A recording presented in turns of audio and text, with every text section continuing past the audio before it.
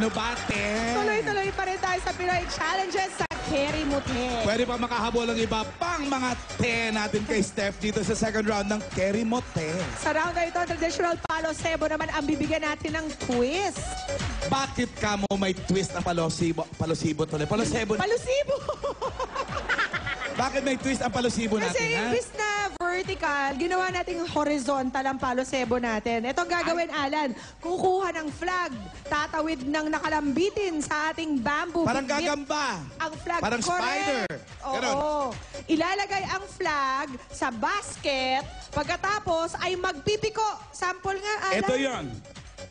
1, 1, 2, 1, 2. Pagdating sa ulo, itatapon. Wow!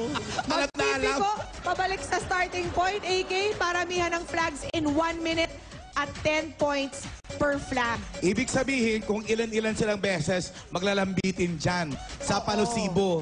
Pelusibo.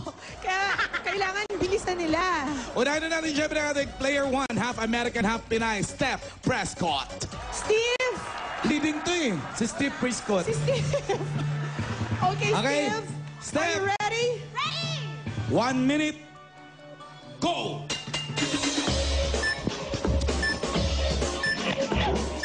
Aba. Ang tibay ng mga binti nito. Oh. May abilidad, Alan. Lagay yung flag, piko.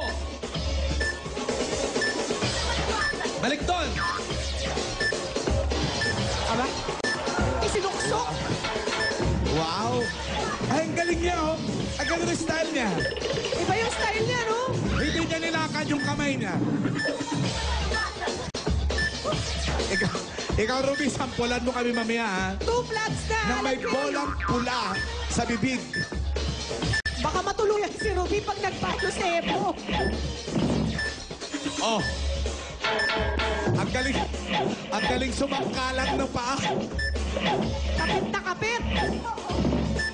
You have 5 seconds left, Steph. 5 seconds, Step! Oh! Time is up! Di ba lang Nakailang flag si Steph? tatlo? Tatlo. Walang kahingal-hingal. Bitin pa nga eh. Bitin pa siya. Gusto pa niyang kumalik. O mamaya na. Alamin muna natin kung ilang fags na makukuha ng ating 10 number 2. Half Japanese, half Pinay. Eto na muli, si Nina Kodaka. Nina, pumwesto ka na. 1 minute. Ready. And... Korekara desu. Go!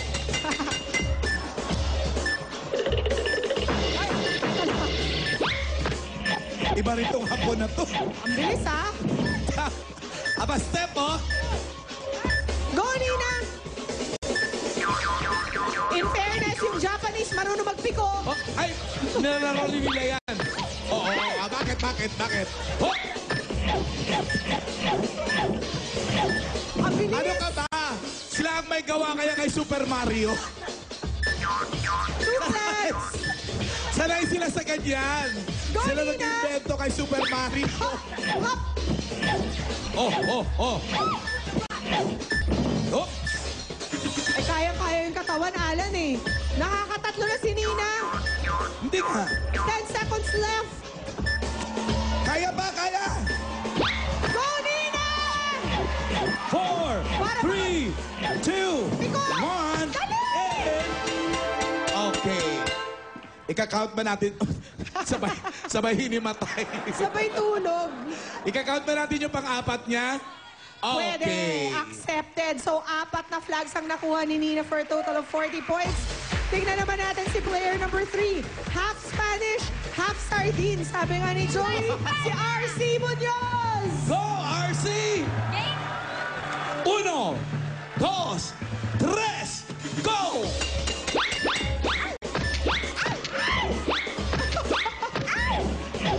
Ano ba, RC? Wala ka bang ganito sa bahay? Hindi ka ba nag-practice? RC, kailangan yung buong length ng bamboo. I-akap mo yung ano mo. Kaya mo yan, Mabigat Te. yata ang paanin mo eh. You can do it, Te. Oops!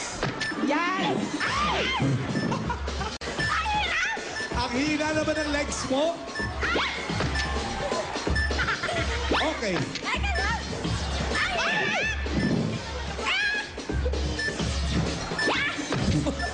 Di bali na, RC, ang cute mo naman eh. Oh, maganda ka naman eh. Oo. Kahit bumabagsak-bagsak ka. Piko! Ano yun? Okay, go! RC ha, dami mong shortcut ha. Time is up. Time is up. Nakailan si RC? Dalawa.